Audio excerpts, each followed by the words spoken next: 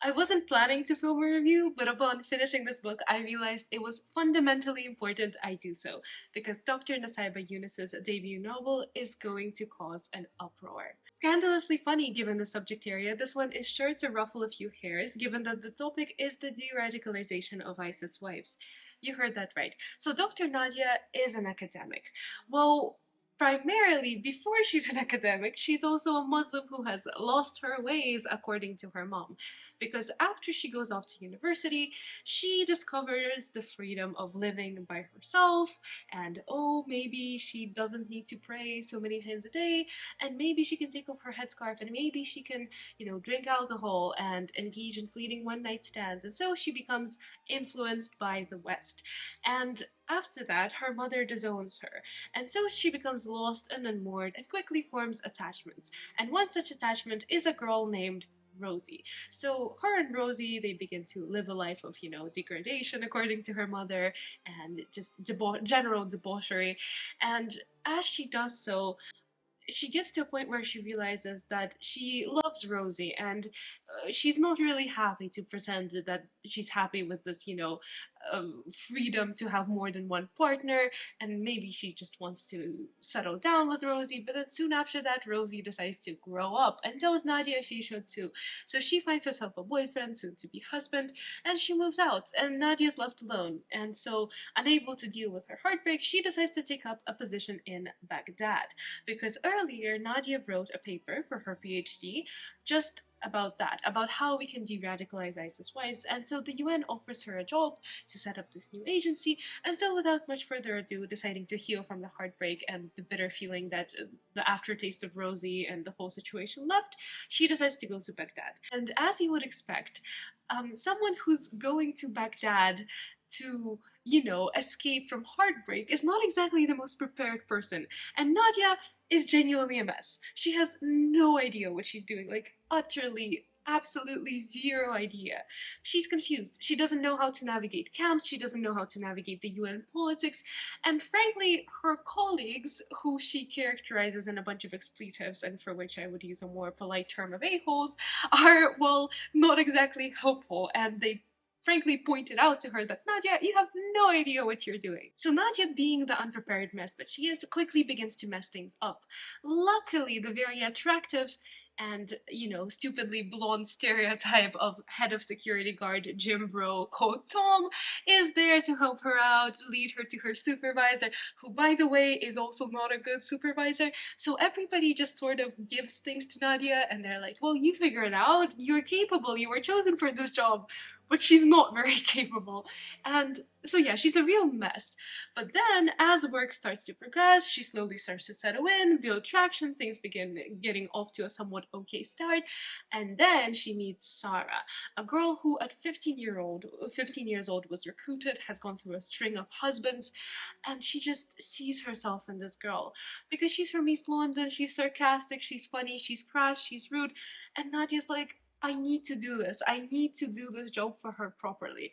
And so she, well, picks a favorite, and she begins to, break custom after custom, law after law, all to help this girl. She sacrifices a lot of things. She begins to truly help Sarah, and then comes the realization that maybe she's helping the wrong person, and maybe she should abandon her savior complex. And so fundamentally is a book about navigating all of these things, from being a Muslim to what it means to be a Muslim, to how you operate in refugee camps and how you deal with women and the perception that the media imposes of these dangerous people who associate with terrorists, and a whole myriad of other issues. But she's also funny, and she's also real.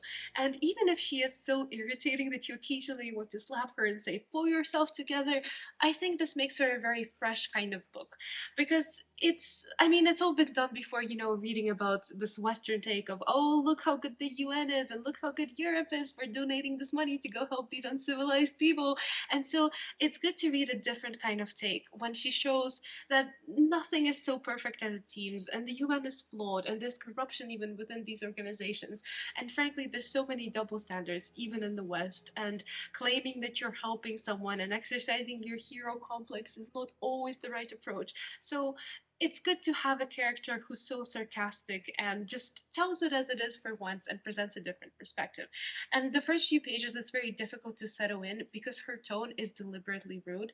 I think in general, Nadia as a character is deliberately rude. It makes for a very millennial style of comedy. And personally, like, I wouldn't say that's really my thing, although some jokes were really funny. So it's a bit hard to settle in. But I think that's the point because Nadia is a walking stereotype of like this, oh, look, I am so mature, I'm so liberal, I've escaped my conservative upbringing, I'm here to do good and save these people from refugee camps. She's a walking stereotype of these kinds of people. And I think as the novel progresses, it really becomes fascinating to see, well, because the story in itself is fascinating and this work in refugee camps and all of these topics and themes, but you really see how Nadia herself begins to grow up and mature. And so the tone itself becomes more grown up and more mature. She still retains the sarcasm, she still retains the fight, it's still hilariously funny, but it also just feels more mature. So I think Nadia's character arc is particularly enjoyable to witness from start to finish. As the book progresses, it really does pull you in, and it's difficult to tear yourself away from this book. You just keep on reading because it's written in such a simple way, and so it's really easy to just go through chapter after chapter after chapter. And in particular, I think it does a good job of saying, well, look, for example, this one Iraqi security guy, security guide who drives a car, has more humanity in him than this European ambassador who just uses the money to go and rest and recuperation holidays. Like, there's a lot to say here, and frankly, it's refreshing to read such a brutal take, and such a different take on what is usually presented in the media as like, oh, these heroes who do all this amazing work, and it kind of shows you the flip side of it. And given the author's personal involvement, she herself worked in Iraq for 10 years, I think she really does tell it as it is, which is a great take. Even though I think a consequence of this is that it occasionally leaves you feeling like this is all a massive stereotype. And with Nadia, okay, you can forget it, but most of the characters here are just kind of cartoon cutouts that follow a simple template. Like, take for example Pierre, who's the son of like this French ambassador, who is just like, who just spends all his time scrolling through dating apps and is this like raging homosexual and only helps the immigrants he calls chic. So he's like a walking stereotype of like the bad type of French person who thinks that they're gonna save the world.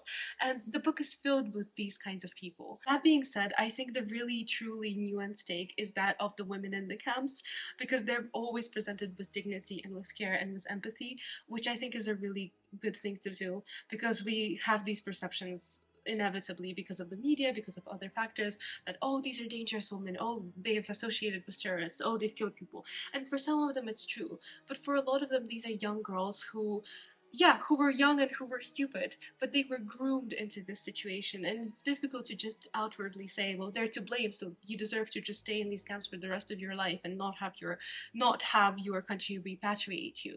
So I think that presenting them from this new lens is a very good thing to do. But that being said, it kind of sucks that, well, at least in my opinion, that Sarah, one of the principal young girls who is like from this camp, who the whole story revolves around, the ending is just somewhat rushed because there's this simple solve it all solution that's presented, and look at the miracle of families coming together, and look at how wonderful it is when people just, get acceptance and forgiveness and kindness into their hearts and move on. And that just feels like it undermines what the book was trying to do as a whole, to show that it's not so rainbow colored, look at those pink clouds, everything is perfect. This is not a very simple journey. These women have genuinely been radicalized. So to go back and to kind of undo the brainwashing, as they call it, and to fix it, it's not an easy step. And it's not so easy to find people who are adequate at doing this. I mean, everybody that she works with is selfish and self-centered. And frankly, I think that could have used a bit more nuanced, even though I appreciate the take that's unique and new and a different perspective. Surely not everyone is like that. So I feel like maybe this book suffers from the fact that it was just trying to do a lot, and the character development of the secondary characters was kind of brushed off. Or perhaps that's a consequence not only of the book stretching itself too thin, but also because of the fact that Nadia is incredibly self-centered, which is ironic because she spends the whole novel being like, oh yeah, like I'm constantly in codependent relationships, like I never know what I'm doing, I'm always giving myself up to other people, but at the same time she's so self-absorbed and she only thinks about herself, and that's why she never notices a lot of these other issues. And with Nadia, again, I think it's intentional. And I think it's important to remind yourself reading this book that a character is not supposed to be liked, a character is not supposed to be relatable to be a good character. And I genuinely think Nadia is a good character because of all these things. She's just Rio, she's human, she's flawed, and frankly, she's incredibly stupid and irritating at many moments, but she's also a kind person and a genuine person and an honest person and someone who's eager to help, even if she's naive in the way that she approaches it. But some of the other characters leave things to be desired, and that's perhaps because everything is from Nadia's point of view, and Nadia is just self-obsessed, and so she never really steps out of her head and steps out of her own trauma and thinks, hey, maybe I'm not the most perfect person to help these women. Or when she does think that, she just gives herself a pep talk and something happens and she gets straight back on track. And then she's like, oh, look, I can ask this person for help. And then this other person shows up and suddenly everything is fixed and smooth and good. And I think the ending just quickly rushed towards us and overtook anything. And in general, I would say that the structuring itself was good because there were flashbacks, there were scenes from her past, scenes from her present, which shows us why Nadia is like this, why she's so traumatized, why she's unable to process anything objectively. But there were certain moments when, because the book was trying to go through all of these myriads of issues and Nadia's connection with her mother and Sarah's story and all these UN people and all this inner corruption and then all of these other side characters who are helping smuggle people across the border into another country, and look how it actually is struggled, that the book never really kind of went deeper. And I think in particular it tried to retain that funny comedic tone, and it was funny, like shockingly so given the subject area. And the author, in fact, I read that she used stand-up material and she took stand-up courses to make it funny, and a lot of this is funny, but a lot of this is also like this is very, this is a very specific type of humor, so I think some of this does fall flat.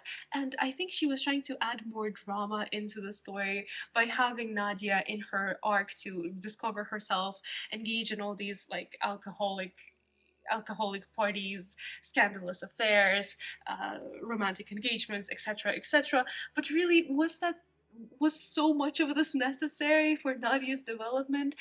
Was it so necessary to make the story interesting? Because for me, the most interesting part was the human interaction, as always. Personally, like, I wouldn't say that I'm the most equipped person to comment on the presentation or the authenticity of the Muslim interaction, so I'm not going to talk about that. But I would say that a lot of conversations that Nadia has with her mom is something that have had my Muslim friends tell me, that this is the sort of interaction they have with their parents. So I'm sure that some of this was there, but then I've also seen some other reviewers say that Nadia is a bit of a stereotype of like the Muslim who's gone astray in the Western world. And yeah, I can definitely see how that could be the case, especially because some of the things she says, it just feels like it's straight out of a movie or a comedy show. Like, it's not really something a real person would say, even though in general Nadia's presentation is authentic and genuine. But I think if you're willing to kind of overlook the fact that some of this is, I suppose, like very offensive to those who are strict in adhering to the Islamic religion, it's very similar to the satanic verses. I think if you're willing to kind of broaden your mind and ignore that part of it, you can have a lot of fun with this novel, especially because it's not really the most in-depth book you're gonna find on the topic. So I think it's just there for fun. It's just there to serve as an introduction to the types of things that were going on in Iraq, in Syria, in these refugee camps. And well, frankly, the author has personal experience, and she's the best person to write about these kinds of things. And if she wants to use humor to deal with these dark and serious situations, well, I say go for it, right? Because there's a book there for every kind of reader. And this is a book that's for the general audience. It's not for the academic. If you want to read a serious, in-depth, carefully chosen words, politically correct novel about what it's actually like in the refugee camps, well, you can read an academic paper or you can read the UN reports. This is a different flip side. So I think just don't go into it expecting like the most academic, in-depth, difficult work of fiction that's emotional that you have ever read. This is a simple story, and I guess sometimes that's all you need for a little bit of humanity, because the book does teach empathy. It does give a fine example of the way that fiction can promote kindness and show how we have a lot of things in common and not just many things that are different. So, all in all, I wouldn't say that it's like a particularly novel issue, and I wouldn't say that it's a new favorite of mine. But that being said, like once I started reading, I couldn't stop, and I deeply enjoyed it. And even if I am left feeling like, oh, maybe if we focus less on Nadia's escapades, because I ended up skimming through some of them to get back to the topic of the camps, maybe this would have been better, and that's true. But if you're just looking for a fun introduction, for a good read on the topic of Syria and Iraq through a female lens, I think that this is not a bad novel to start. So I'd give this maybe 3 out of 5. And well, it's definitely fundamentally thought-provoking is all I can say. So let me know what you think in the comments if you've read this book. And this one has actually been shortlisted for the Women's Prize for Fiction 2025. And I can definitely see why, because it's, I would say, a strong contender. But it just wasn't a favorite. So let's see how I get on with the rest of the shortlist. Thank you so much for watching this video, and see you next week.